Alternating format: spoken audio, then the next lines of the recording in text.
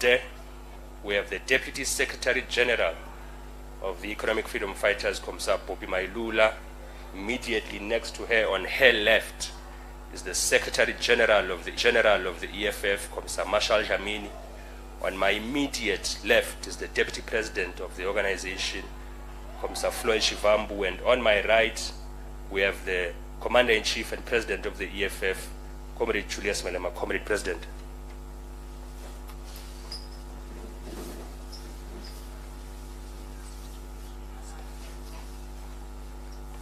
Thank you very much, our spokesperson, the officials, and members of the media.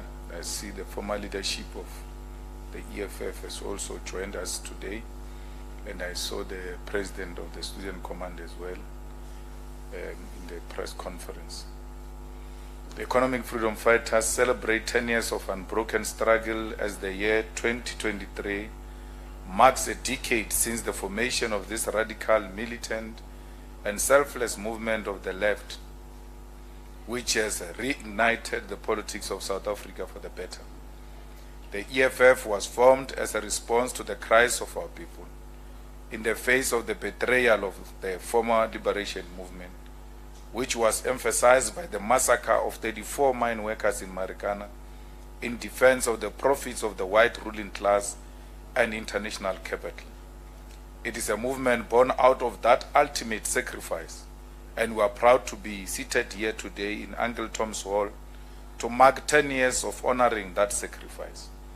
It was in this hall, on the 26th of July 2013, that delegates from all across South Africa gathered to answer the call of what is to be done, as the reality dawned upon all activists that the struggle for the liberation of African people had been betrayed.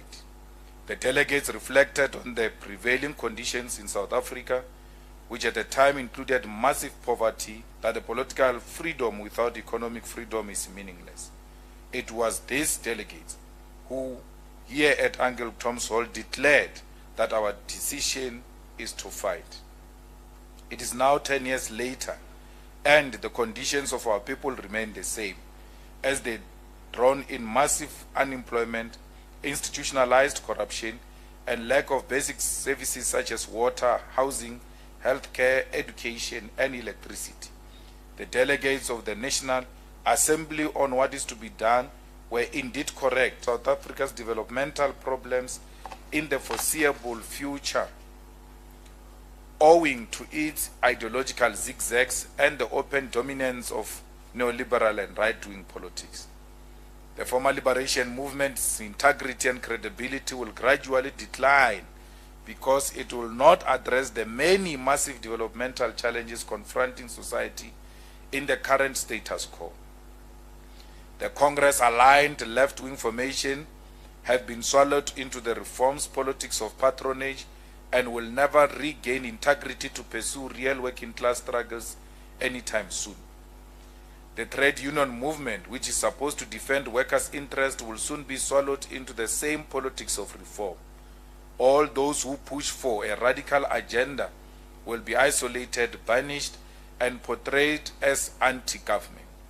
The majority of people in informal settlement, townships, villages, and other poor communities will disengage from mainstream politics and not vote in successive elections. The youth movement has been turned into a lapdog sent to repeat what the incumbent government leadership says. Puppet youth leaders will be rewarded with cabinet posts and other perks to sustain their puppet status. Victimization of those who are suspected of being part of the political alternative to the former liberation movement will increase, with the threats of arrest, assassination, and the possible manipulation of the justice system. The middle class will further drift away from the former liberation movement and beef up the neoliberal alternative. Service delivery protests will intensify, and workplace stoppages in the mines and on farms will also continue in higher volumes than before, thus worsening the economic crisis South Africa is experiencing. Mine workers will become more militant and will fight struggles for their economic survival. Any form of generalized uprising will be harshly suppressed by the state machinery in an attempt to prevent it from escalating to a level where a sitting government can be toppled.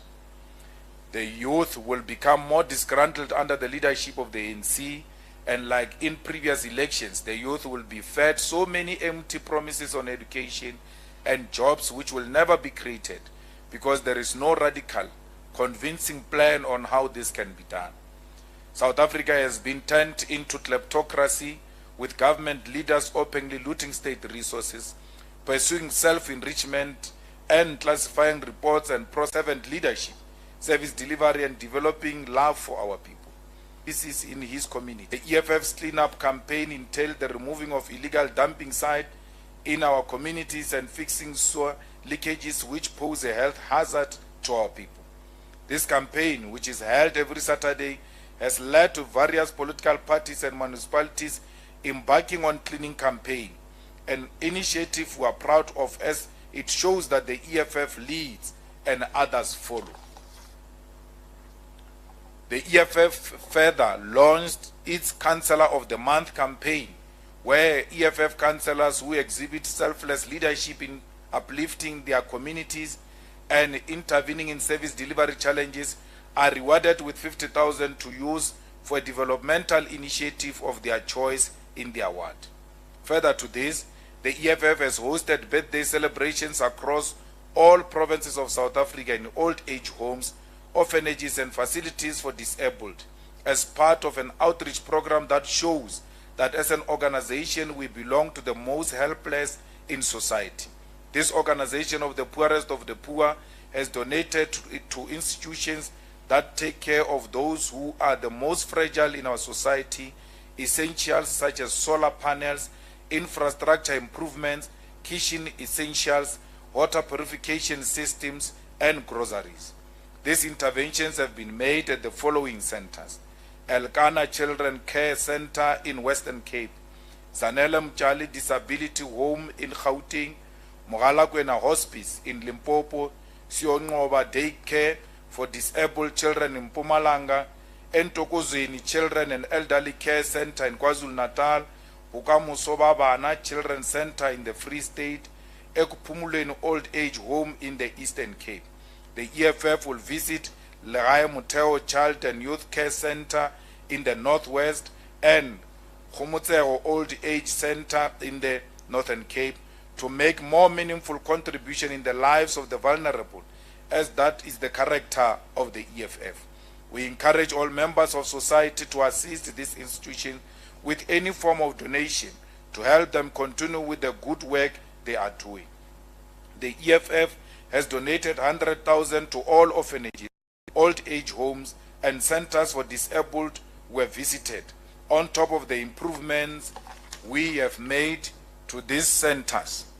We will appoint a full-time social development manager to make sure that all the adopted NPOs and NGOs are properly coordinated and given the necessary support. Over the past few months, the EFF has been showcasing the stage play Luruo across all provinces of South Africa to teach our people about the history of the EFF in a thematic format. This incredible artistic expression of the revolution has been a great success and a lesson of how neglected the arts are in South Africa, as many areas do not have theaters in South Africa. In Limpopo, there is no even a single thing that looks like a theater. As part of cultivating a culture of learning, reading and writing, the EFF launched the EFF essay competition, wherein learners from grade 10 to 12 were encouraged to write essay in any of South Africa's official languages. The EFF received a total of 144 essays with 11 official languages and all 9 provinces represented. The EFF salute all the young people who took time to study the history of the EFF and express themselves through written work. The EFF will give 40,000 reward for each winning essay in each official language. EFF also launched EFF poetry competition, where all poets were invited to submit poems reflecting on the 10 years existence of the EFF to stand a chance of winning 50,000. The EFF has received 360 poems with 10 official languages represented, and we commend all those who take pride in the art of poetry for participating in this initiative to promote their craft. All essays and poems will be marked by independent, highly qualified assessors, and the winners will be announced on the 27th of July at the dinner of the EFF to be held at the Emperor's Palace. We are pleased to announce to the people of South Africa that we have received a total of 100 cows as part of the donation made to the EFF ahead of the 10th anniversary rally. These cows come as an appreciation from the people from all walks of life, of the life of the EFF and what this mighty organization has done for them. We further extend our deepest gratitude to all those who donated and continue to donate to the EFF through our SMS donation platform, through the online donation platform, and those who have donated groceries. Your efforts have shaken the enemy who does not want the revolution to be funded. The revolution must be financed, so continue donating more and shame all those devils who want the EFF to fail.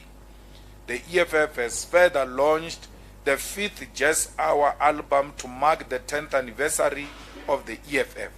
The album consists of 25 songs which range from the traditional revolutionary songs, jazz, Afrobeat, Bacardi, Amapiano, and gospel music.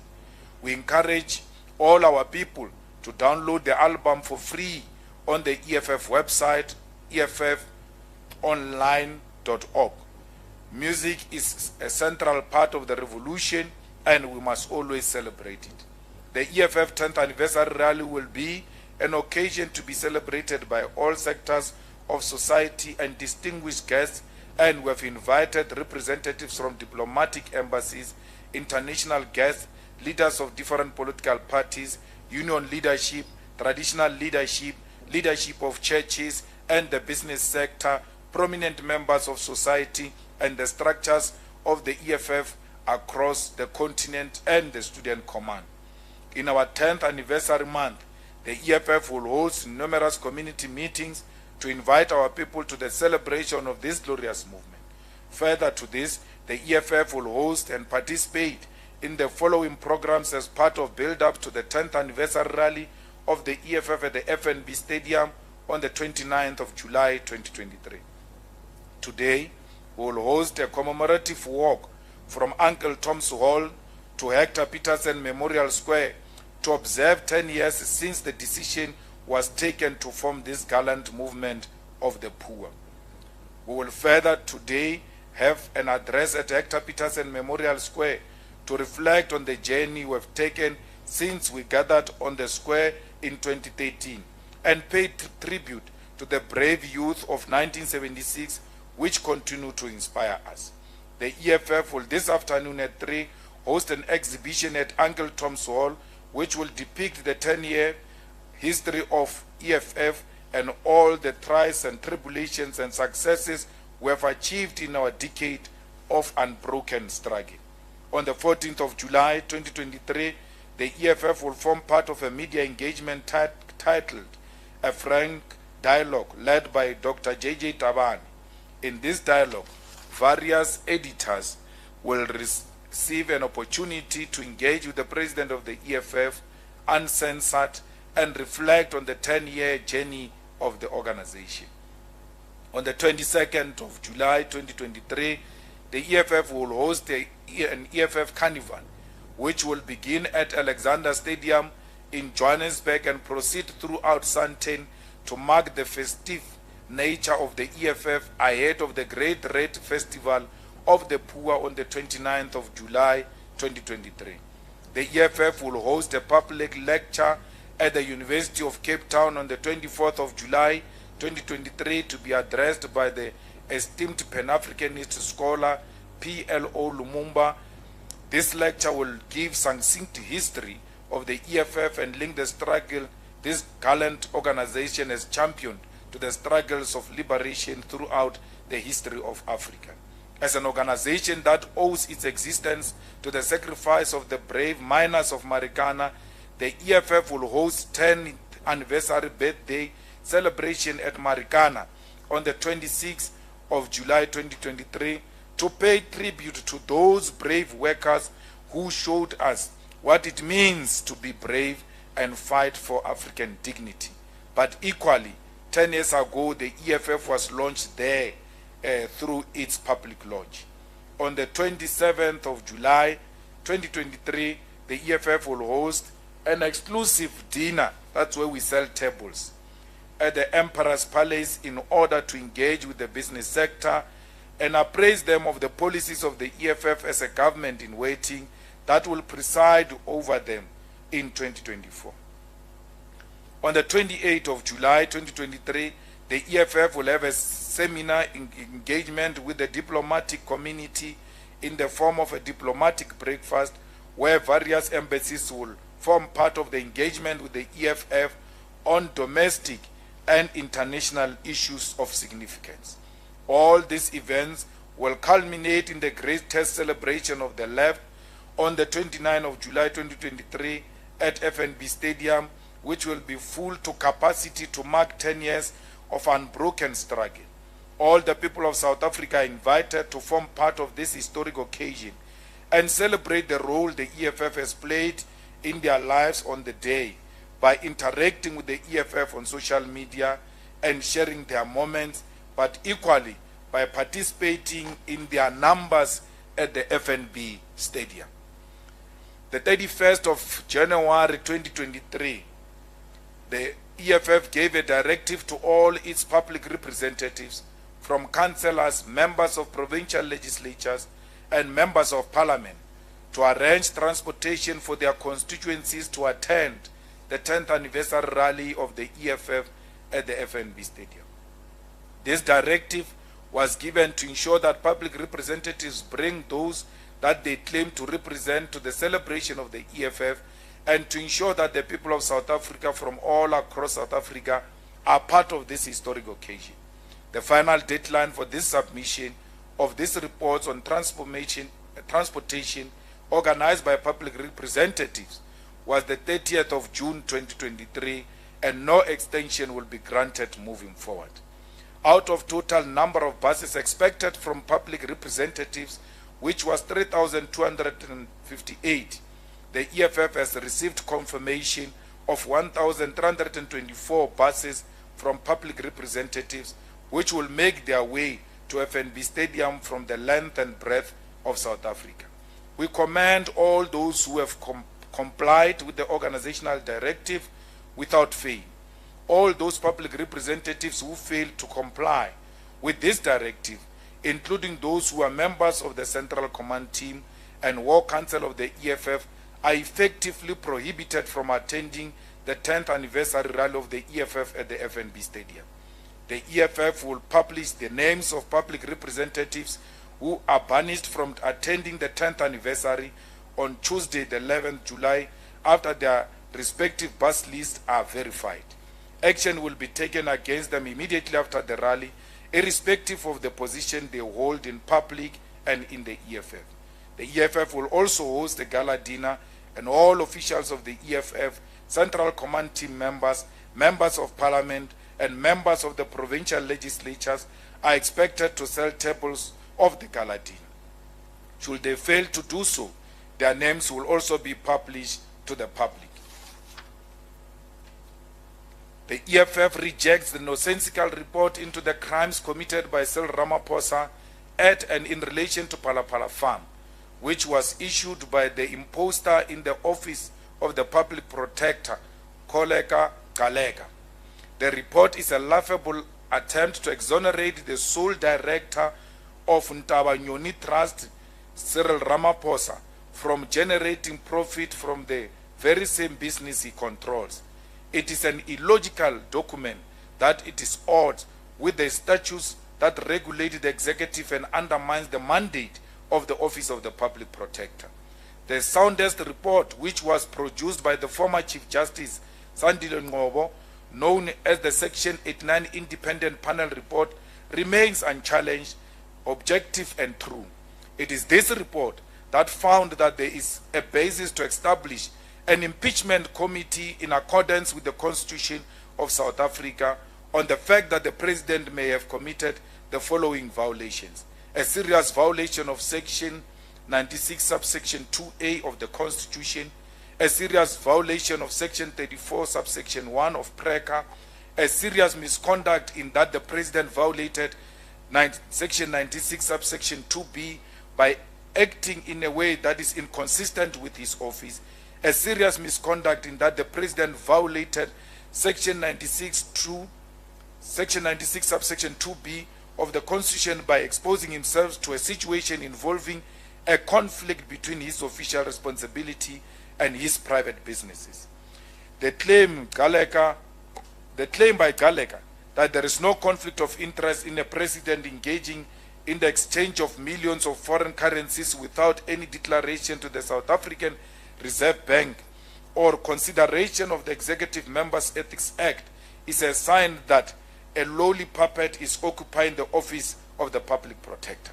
The report rather seeks to place the blame of the exchange of undeclared currency, the storage of this currency in sofas and mattresses, and the rogue investigation which resulted in abduction, torture, and bribery on the employees of Ramaphosa, as if his employees will act with the complete ignorance of their principal.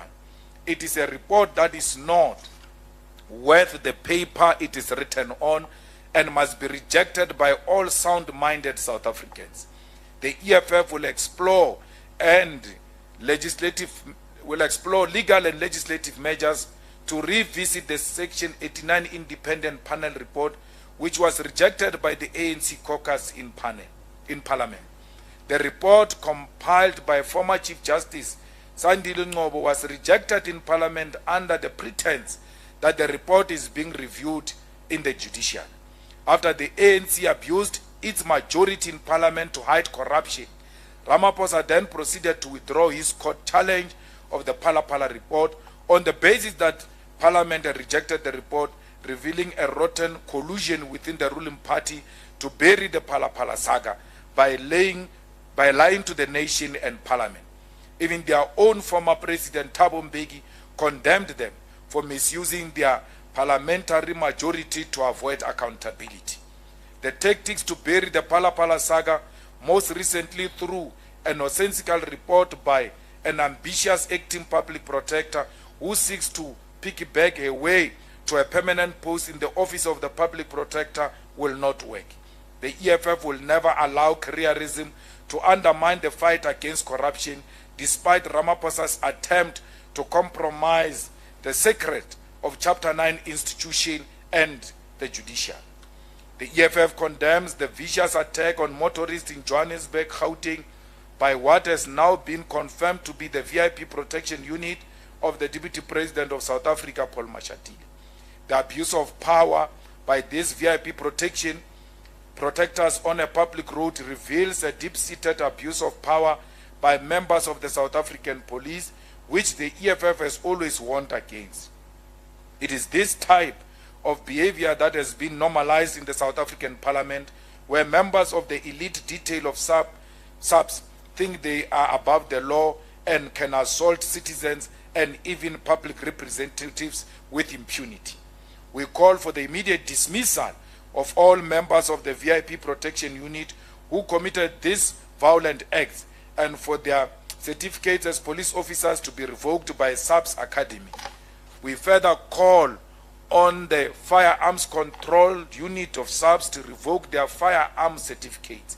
South Africa must never be allowed to degenerate into a mafia state where public sector policing is characterized by violence and abuse of citizens.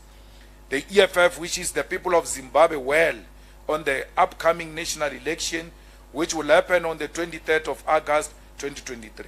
The elections mark a critical opportunity for the people of Zimbabwe to elect a government of their choice, to uplift the nation from the poverty that today defines what was once known as the breadbasket of Africa. We call on the incumbent ZANU-PF to resist the urge to practice violence against its political opponents and from any form of intimidation of citizens to coerce their vote. Zimbabwe needs to enter an era of political tolerance that is not defined by the history of violence and suppression, but the possibility of peace, prosperity, and continental unity. We call on all Zimbabweans who are here in South Africa to go back home and vote. If it means coming back, they can come back. They are more than welcomed. But they must do the right thing and go and vote. No one is going to fight for these Zimbabweans who are loitering the streets here. They are their own liberators. For once, they must take responsibility and get into buses and go home and vote. Zimbabweans are called upon to go home and vote and stop blaming other people for their own misfortunes, which they've got solutions to. And that solution is August 23, 2023, where they will vote for a government of their choice, which will restore peace and prosperity in that beautiful country. If they need help to go back home to go and vote, they must approach the EFF offices. We'll be more than happy to rent buses for them to go home and vote. The EFF reiterates its support for a peaceful resolution to the conflict between Russia and Ukraine, which is perpetuated by the insistence of the NATO war alliance to undermine the territorial integrity of Russia and the peace treaties reached at the end of the Cold War in 1989. The EFF maintains that the conflict between the two nations is a renewed attempt by forces of imperialism who belong to NATO to establish a political and a military influence in the Eastern Europe and all over the world. We are concerned by the treatment of the African Peace Mission to Ukraine and Russia by NATO-aligned Poland, which effectively held South African journalists hostage on a plane for 3 days, prohibiting them from covering the mission. It is our firm belief that this was done to intimidate South Africa out of its non-aligned position in relation to the war, a clear sign of interference by NATO in South African foreign policy. The EFF reiterates that we will welcome President Vladimir Putin to South Africa during the BRICS summit and condemns the political intolerance and childish of those in the ruling party who seek to subvert the invitation of the EFF leadership to the BRICS summit. It is patently clear that the EFF is an important voice in the global affairs of society, and to undermine calls for its presence at BRICS is nothing but political jealousy.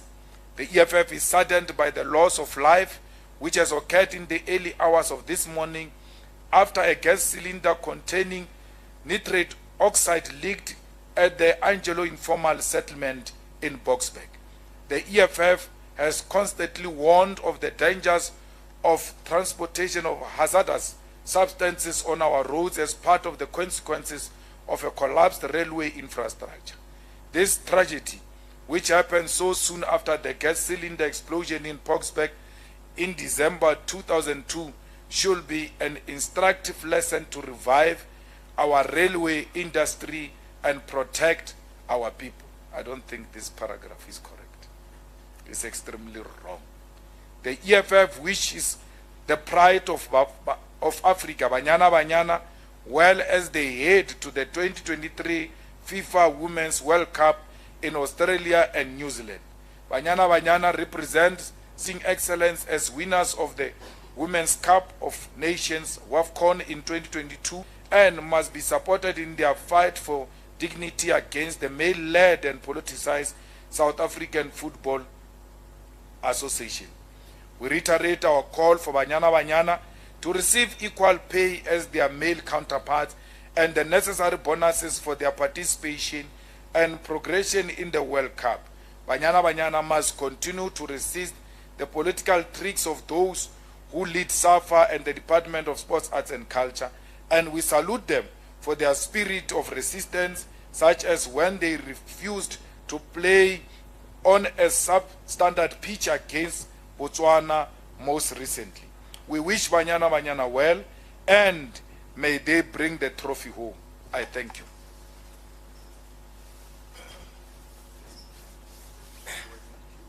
Thank you very much, President. We will now take the first round of questions to the Commander-in-Chief and President.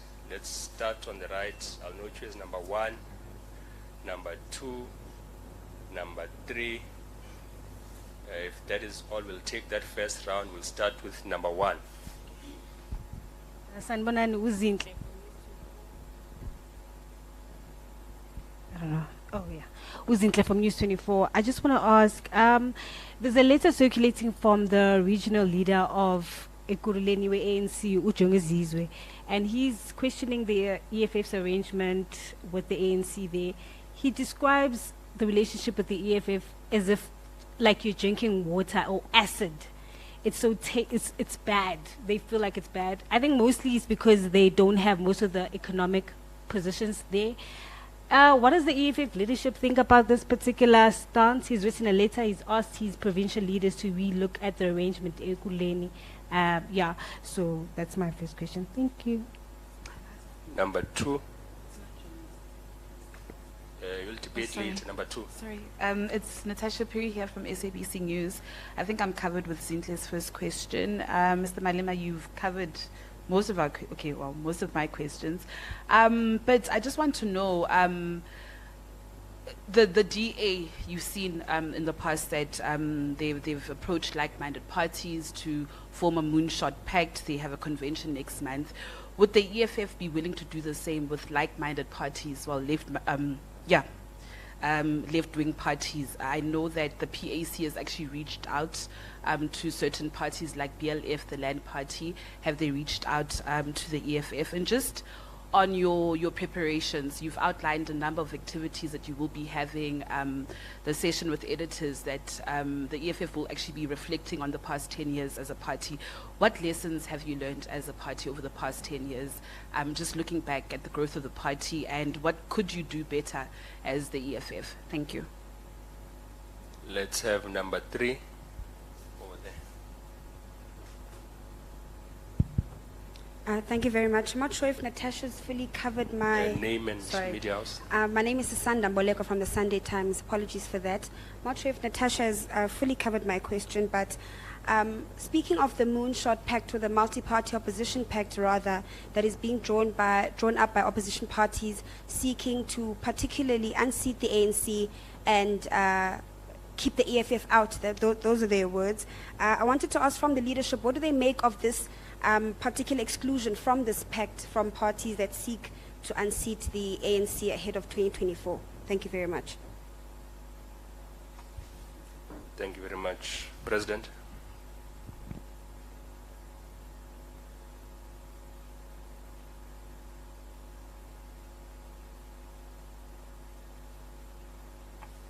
Thank you very much.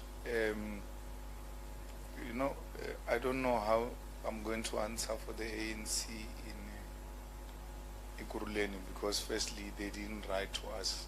They wrote to their own ANC. But I was laughing yesterday. I was with Vuyani when I saw it on Twitter, and I was so excited by that letter of the ANC and what the ANC is asking for, because in a typical street language, I was like, my boys are suffocating them, because they thought they were going to deal with small boys who they will just run over them, and they are showing them flames. So we've got them by the things, and they are screaming, and we're squeezing very hard, not playing. So why must I complain? If they take out the EFF in Ekurhuleni, so be it. It's not because the EFF did anything wrong.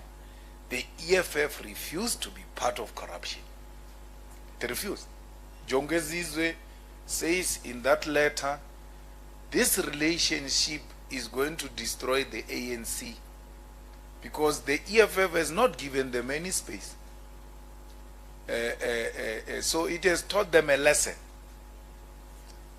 So you can't then say you really have a problem with people who hate you for doing the right thing.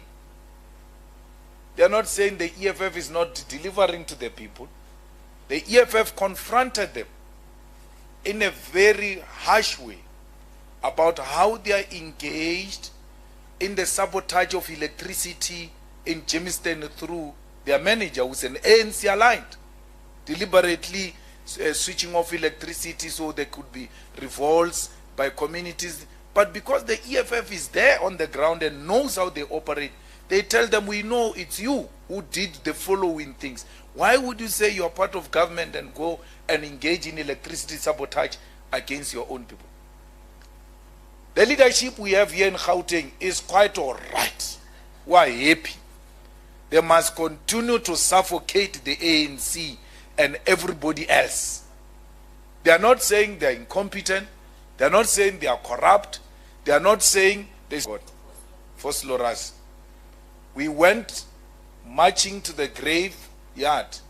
When we marched to the graveyard, we passed a leaking sewer system there.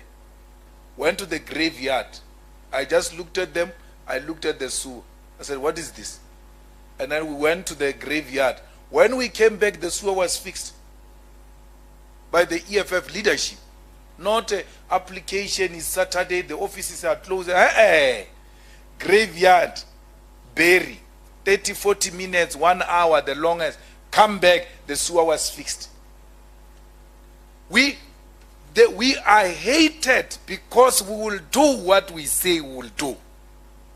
There's one white lady who did a video and said, I'm very scared of the EFF because they will do what they say they will do. That's what makes me be scared of them. So we will do what we say we'll do. And the ANC hates that. I asked TK many times. I asked Panyaza many times. Why would you not clean the city of Joburg? Something that we all see every day. It's a mess. Go to the North taxi rank now. There is a pile of dead there. We said, we gave them Joburg. They are running Joburg. We've got an MMC of public city center.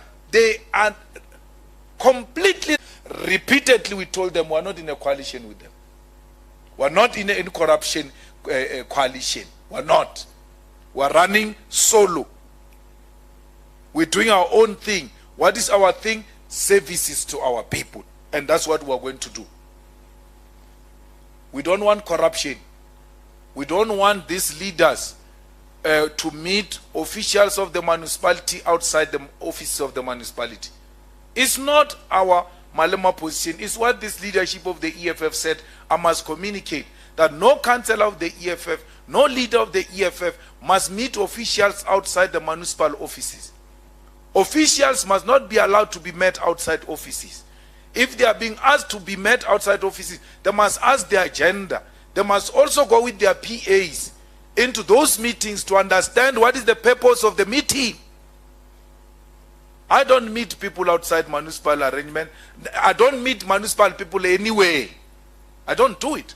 No one can claim that nonsense with me. I meet in EFF meetings. That is the beginning and the end of the meetings. That's why they want to falter us anyhow they want. They can't find us. So the biggest problem is that the EFF is doing what it said it will do in Ekurhuleni, and the ANC is not happy. Let them remove it. We're not obsessed with power. Remove it. We'll remove you in Joburg. We'll remove you in Mohali City. We'll remove you everywhere. It's a war they are calling for. We're ready for it. We're not obsessed with positions in government. It will be good for the EFF to stay there. For the first time since 1994, our people will begin to taste development. DA was screaming when we took over government. One morning, trucks were entering townships to go and remove the waste trucks, the rubble. The waste trucks went into the township to remove waste. But, we're being sabotaged. Look, now we're out of power. The trucks are going in. Sabotaged by who?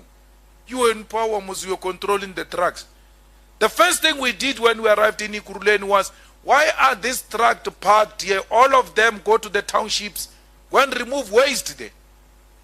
And we did exactly that.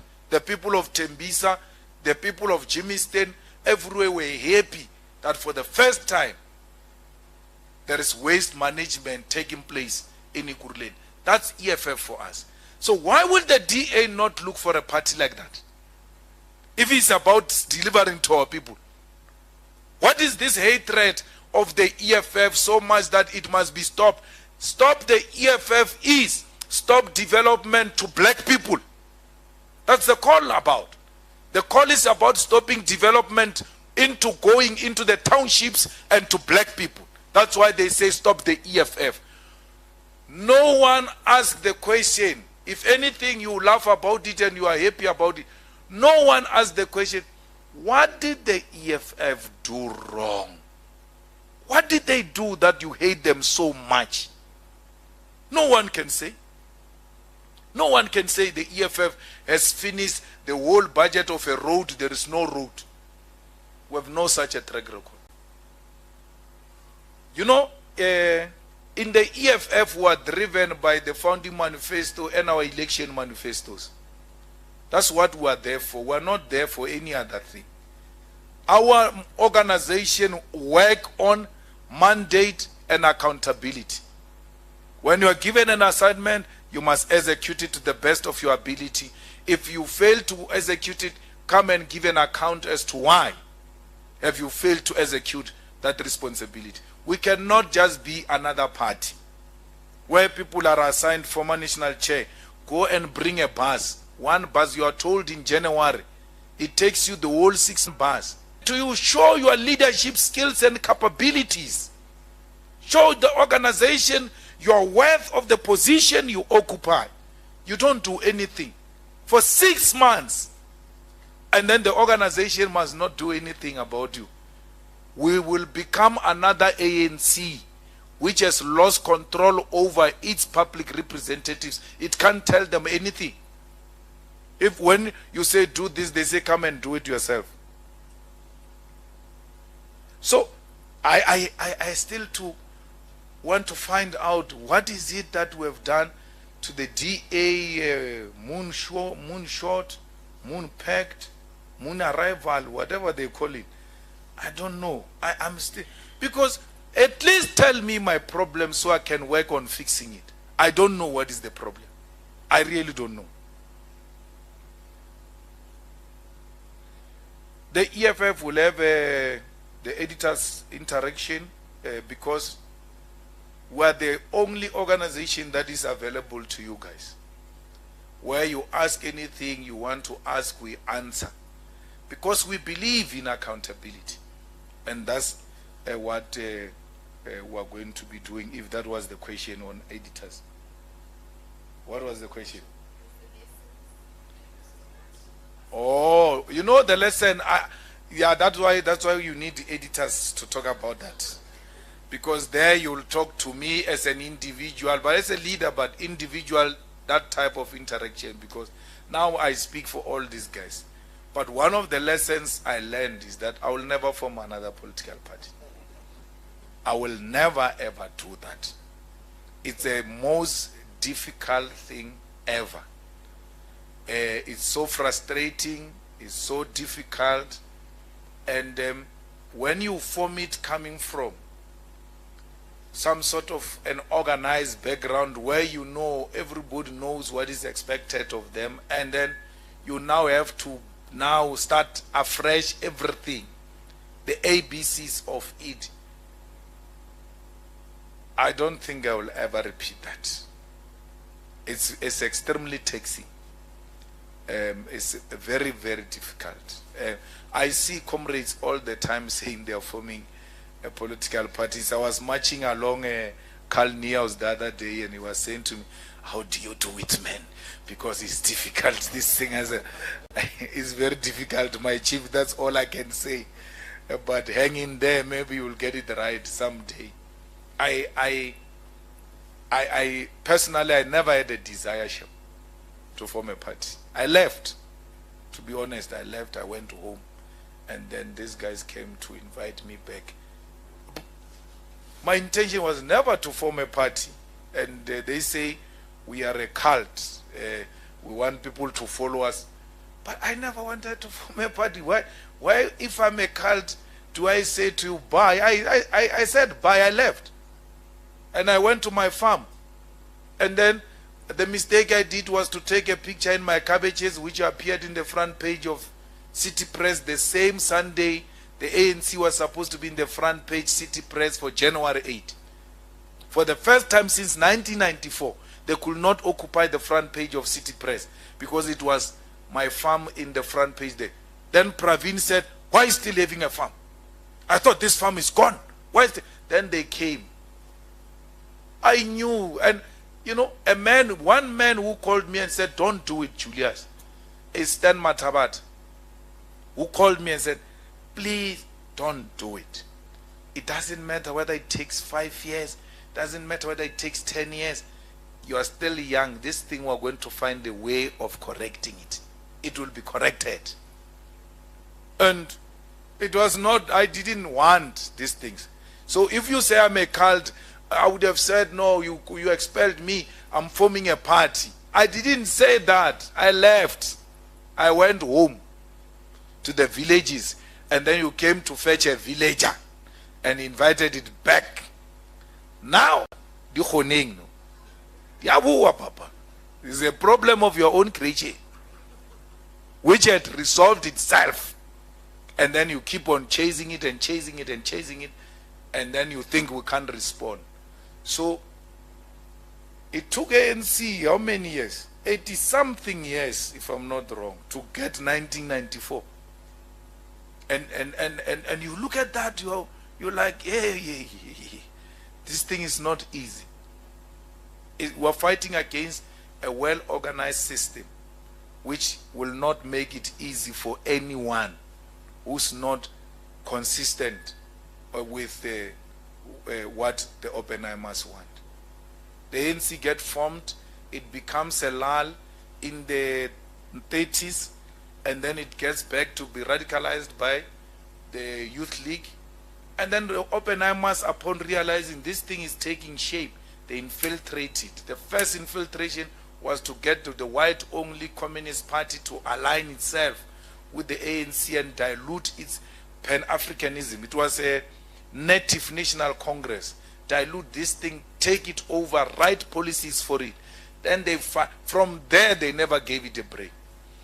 Every political development in South Africa has got the Oppenheimer's handwriting on it, including the formation of Parliament of South Africa. The Oppenheimers were members of the first Parliament of South Africa. So every system that gets designed of politics in South Africa is the Oppenheimers. But there is only one thing they have no control over, and that is the EFF. And that's what gives them a nightmare. That's why keep the EFF out comes from there. We cannot allow the people we don't control to have access to power, because we'll lose a power. The Democratic Party's merger with the National Party was the decision of the Oppenheimers, who had formed the Democratic Party. And everything subsequent to that, that woman, Mampela Rampela, now Herman Mashaba, Musima Imani, Rise Africa, Shiluba, all of them is Oppenheimers. And then after doing all these pockets, they say, yeah, now you are there. Come here.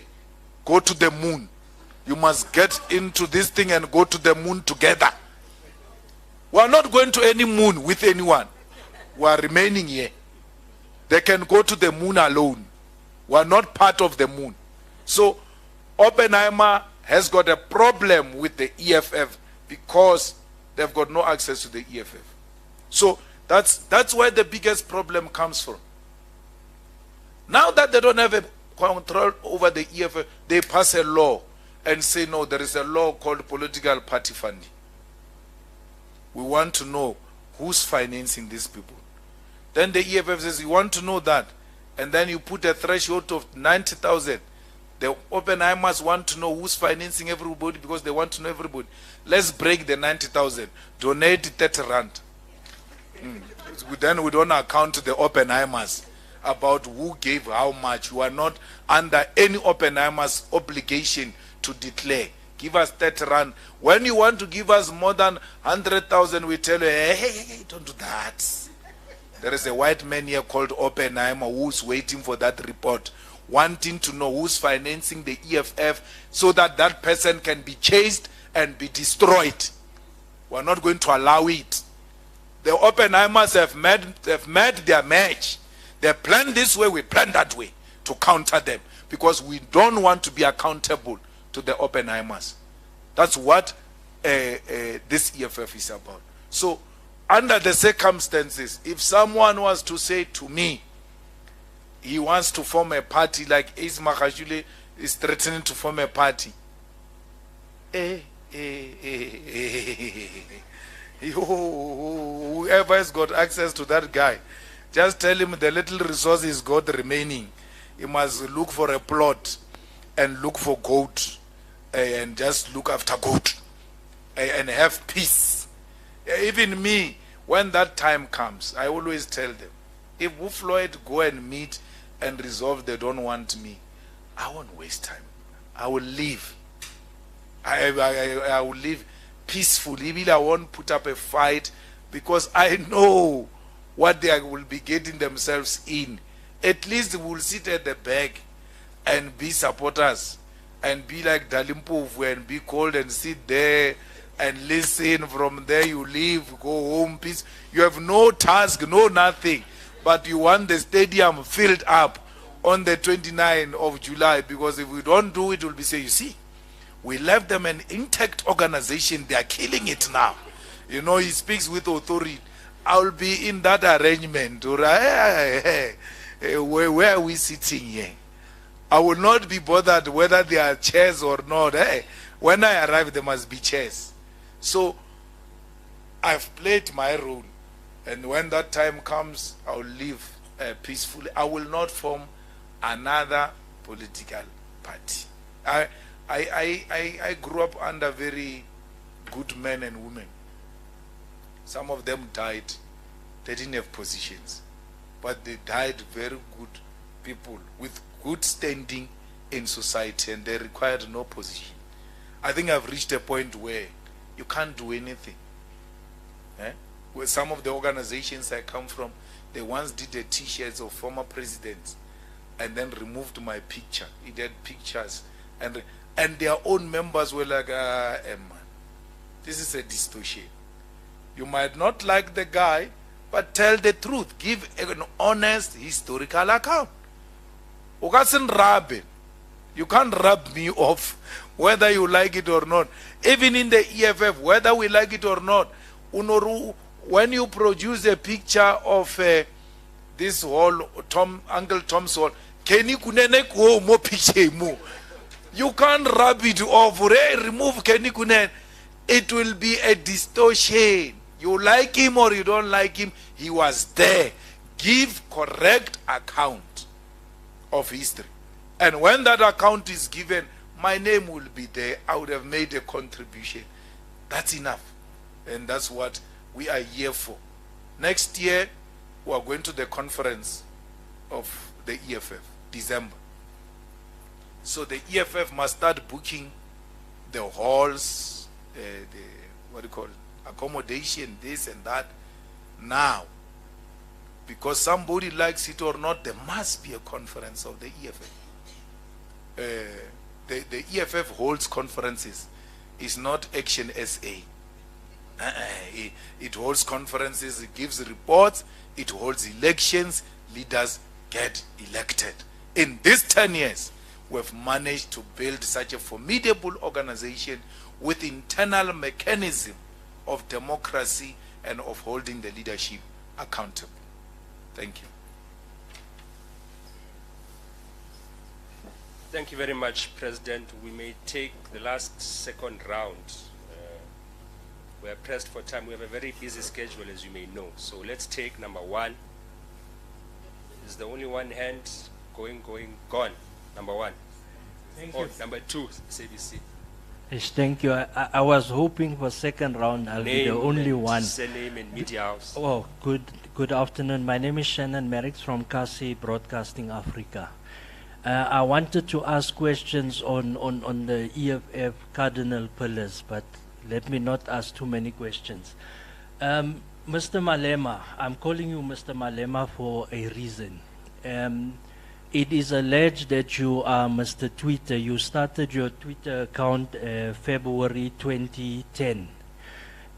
You then started EFF, where we are today, 2013. So my question is, before 2010, where were you? Because I don't know, you started in Twitter, so I want to know that part. Then the second part I want to know, on the 7 cardinal pillars, I wanted to challenge you today, because that editor's thing, we're not going to be allowed there as Kasi Broadcasting Africa. I wanted to challenge you on the 7 cardinal pillars to see who is the real founder, or who really drafted this thing, whether it was this one or this one. But I just wanted to challenge you on each cardinal pillar, just maybe for less than a minute. Just explain what it means, because that's how you test if this person was really there when this thing, the Freedom Charter, was drafted. When CODESA document was drafted, you say, no, leave the documents, talk from your head. What is the 7 cardinal pillars? I want to see, because I'm going to ask other people the same questions, and I want to see, out of the 3 people, who's the real founders or the youth league that drafted this thing. Thank you. Number 2.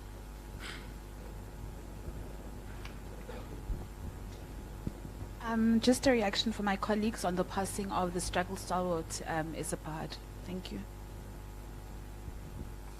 Isapahad.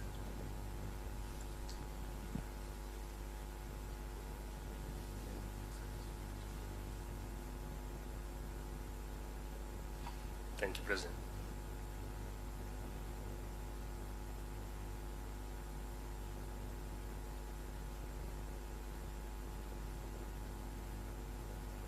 Thank you very much. We really send our sincere condolences to the family of Isapahad, the struggle veteran who also served in the office of the president, and a very close friend and confidant of President Mbeki. We really like to send our deepest condolences. We value and cherish their contribution to the struggle for political emancipation of our people.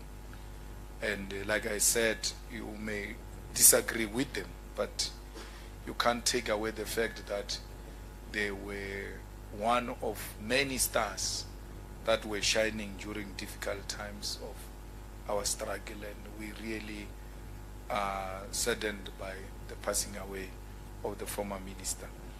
We also send our deepest condolences to the family of Teboho Matladzi, who passed away when he was busy with the EFF 10 years documentary. The last time I had an interaction with him, he was still at the research phase, where he interviewed me for almost more than 3 hours, wanting to know all types of things about me, the organization, and how it started. What a gentle soul, very patient, soft-spoken, always interested in the story of the black people, and were not shocked by his involvement in the Izo, because Izo was really one of the best craft that came out of our hands, telling the story of our own children in high schools and in the townships. We pass our condolences, and I know that some of the leaders of the EFF were involved with the family, and I think the DP who went will be going to the funeral as well on Friday. Yeah.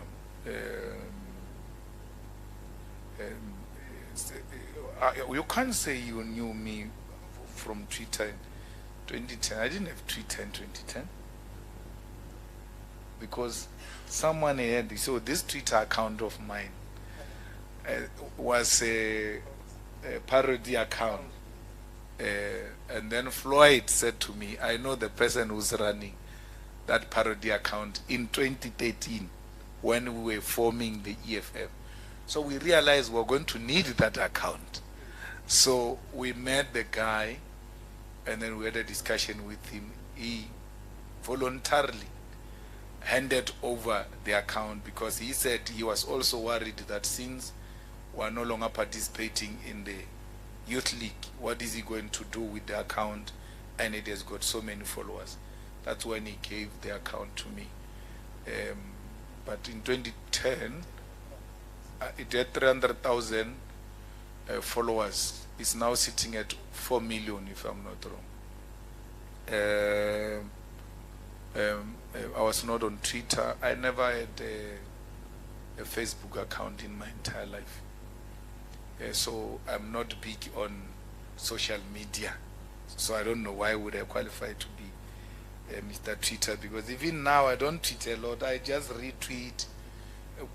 From time to time I'll tweet, and when I tweet, everything else must stop so that the tweet can have analysts.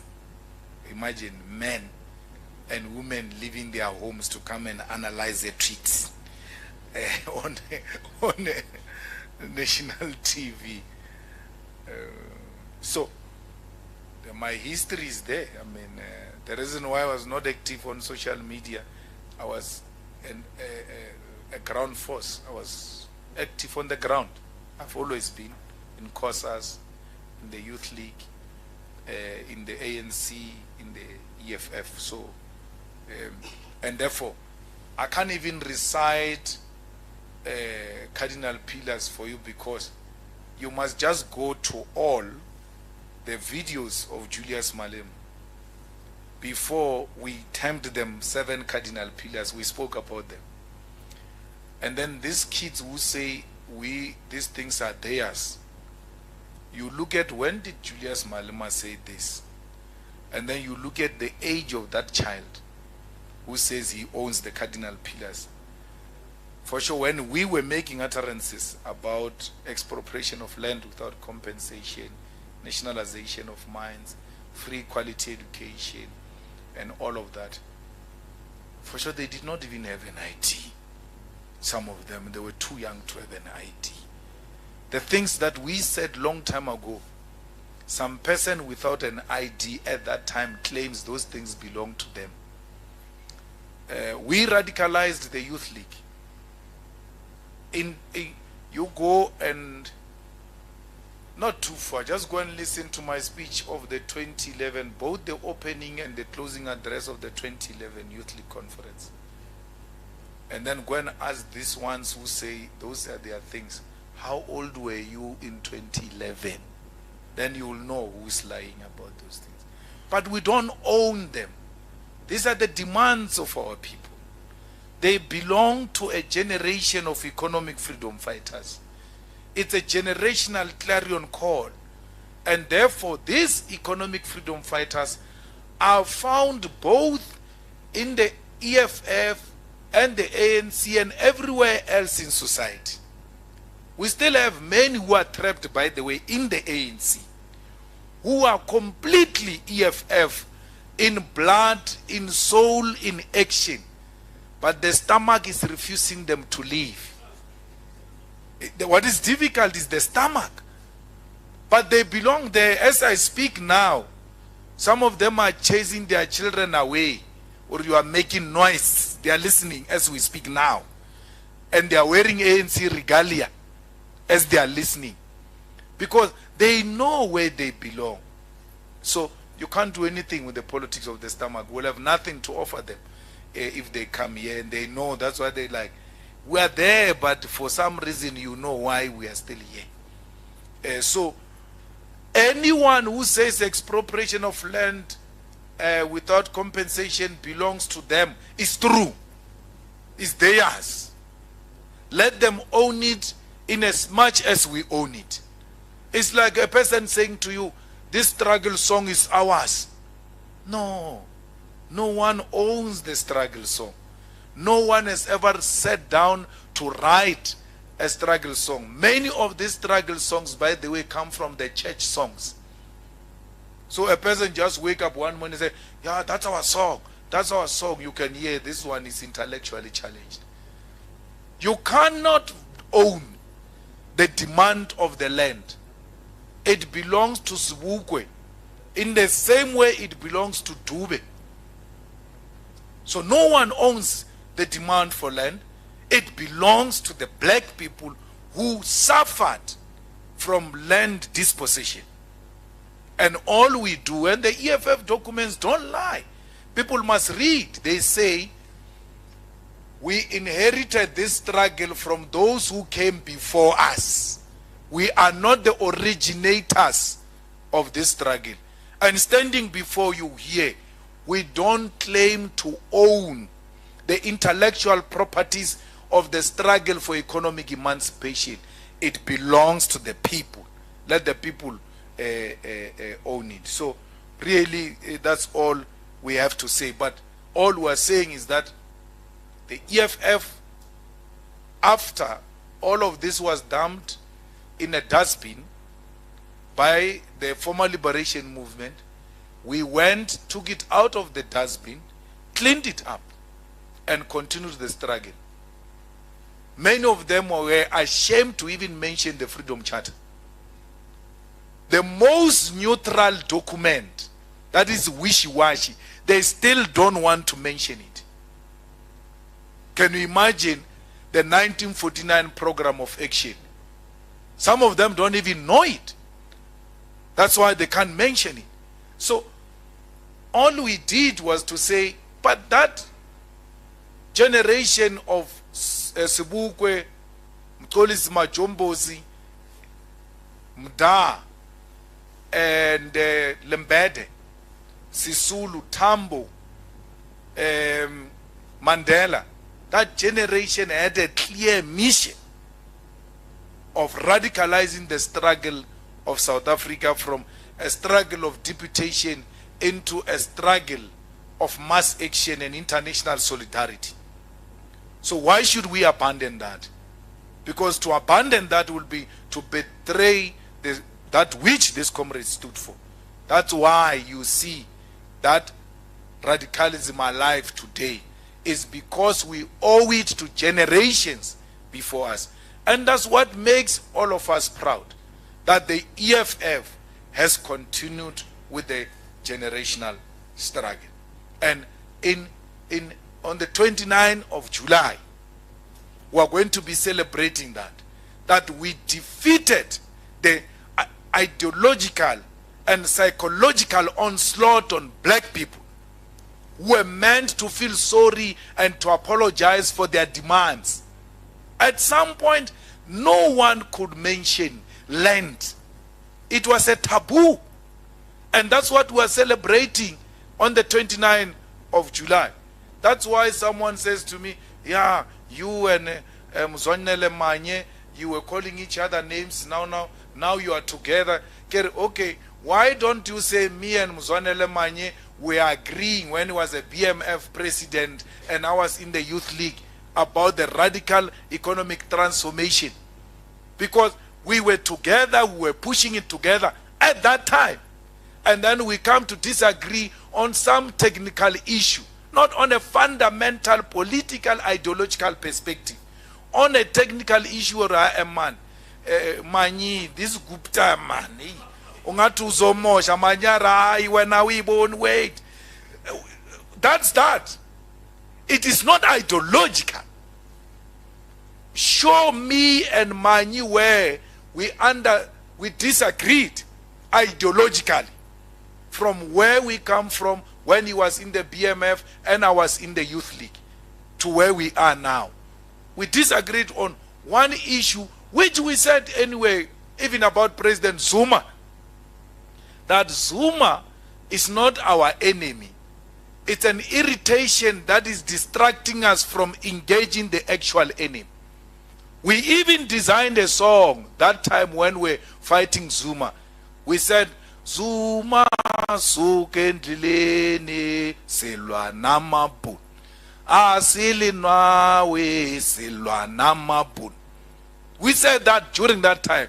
But because people were hearing other things, they wanted to hear. They didn't hear when we were saying, but this Zuma is not a strategic opponent. There is this issue we are disagreeing with Zuma on. And we settled it the way we settled it. We have moved past that. Gayton Mackenzie, the prisoner, said it even at that time, the ex-convict. And these people are not hearing this Malema. He says the actual enemy is white monopoly capital. When he's done with Zuma, he's coming for you. You guys, can't you hear what this guy is saying? He was saying that in the negative, not that he was agreeing with me, but he was able to hear us even at that time. These people are saying Zuma is not the enemy. The enemy is white capital. So Zuma was just an irritating issue that we dealt with, is done. Today when you see me and President Mbeki, it's like we never had disagreements, because I never wished him a grave. I disagreed with him on this, but no one has ever said, yeah, now look, he's laughing with Mbeki. I must not laugh with Zuma, because that is the enemy which I must chase according to the white capitalist agenda to the grave. I mean, when they arrested Zuma, Zuma presided over a regime that took everything from me, took my houses, threw me to the street, expelled me from the youth league.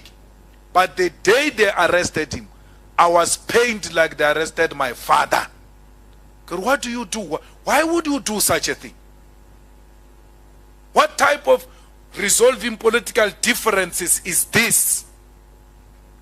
One day when I'm 60 plus, I will tell you how I tried to rescue him out of prison.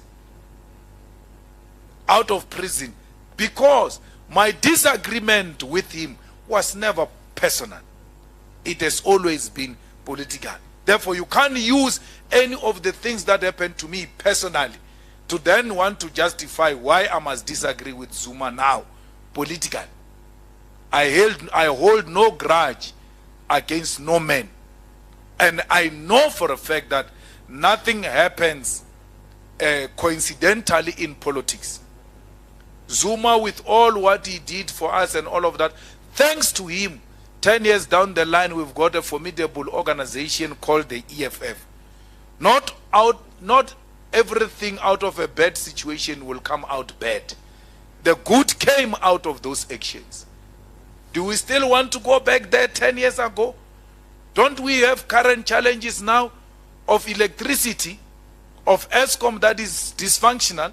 Instead of paying attention to ESCOM, to the high levels of unemployment, to the high levels of crime, people are still reminding us of Zuma. Ours with Zuma is not an obsession. Our matter with Zuma is finished, is done. And then when we drink tea with him and something is itching on your heart, it's your own problem. Leave us alone. We are not part of those problems. Don't involve us. So South Africa fighters, everyone with a car, everyone with a kombi, everyone with a buggy, truck, anything in good condition, put our people inside that. Let's go and celebrate 10 years of unbroken struggle. They tried to break it. They came with all manner of conspiracies. Today we are back here where it has started. And on the 29th of July, multitudes of our people will pack the stadium. We will have a deja vu of same stadium on the 29th of July. If you are not there on the 29th of July, consider yourself a sellout. Thank you very much. Thank you very much, President. That marks the end of our press conference.